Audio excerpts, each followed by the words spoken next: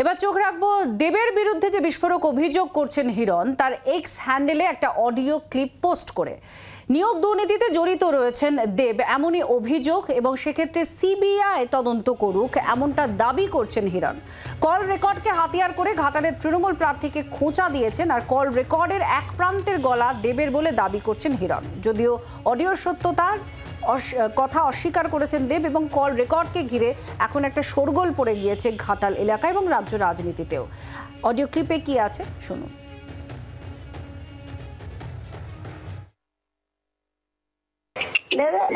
দাদা একটা ছোট্ট ইস্যু ছিল, বাট সেই ইস্যুটা সলভ হচ্ছে না বলেই বাধ্য হলাম তোমাকে ফোন করতে।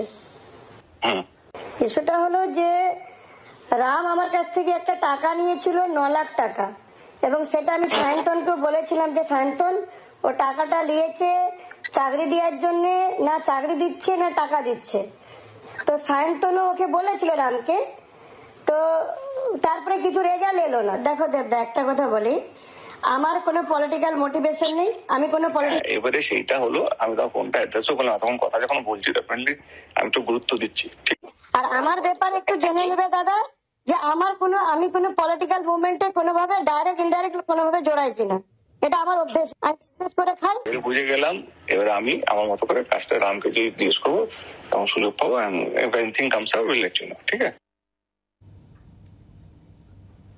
আপনারা শুনলেন এটা অডিও ক্লিপ যেটা হিরণ পোস্ট করেছেন তার এক্স হ্যান্ডেলে। কিন্তু হিরণ কি বলছেন, হিরণের কি বক্তব্য, সেটা এবার আপনারা শুনুন।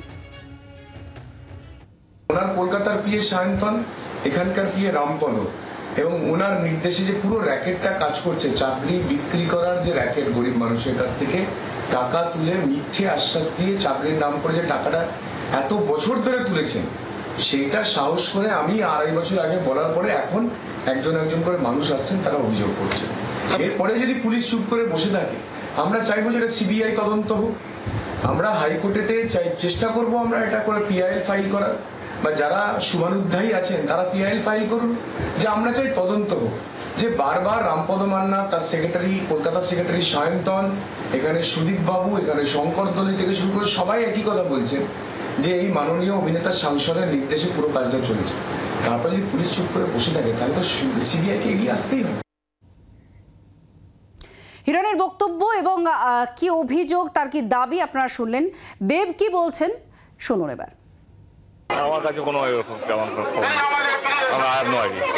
আমার মনে হয় কি আমাদের বিরোধী দলের প্রতিদ্বন্দ্বী আছে যে লাস্ট 2 বছর ধরে যেভাবে অভিযোগ করে যাচ্ছে, যেভাবে ও একটা করে কল রেকর্ড যেভাবে বার করছে, আমার মনে হয় না তাতে ওর কোনো লাভ হবে। কারণ ওই একটা, যাকে আমি এটা নিয়ে বলতে চাইছি না, ডেফিনেটলি নির্বাচন শেষ হবে তখন ডেফিনেটলি আমার মনে হয় যেগুলো সত্যি তার তদন্ত হওয়া, শাস্তি পাওয়া উচিত। এবং যদি মিথ্যা অ্যালিগেশন দিয়ে করা হয় এবং কল যদি একটু কি বলবো সবটাই যদি এডিটিং যদি করা হয়, কারণ অনেকগুলো কল তার মধ্যে এডিটিং করা হয়েছে, ভয়েসগুলো চেঞ্জ করা হয়েছে, মহিলাদের ভয়েস লাগানো হয়েছে, যেরকম অনেকগুলো কিছু আছে, তো সেইটা যদি হয় তো সেটা নিয়েও আমরা অ্যাকশন নেব।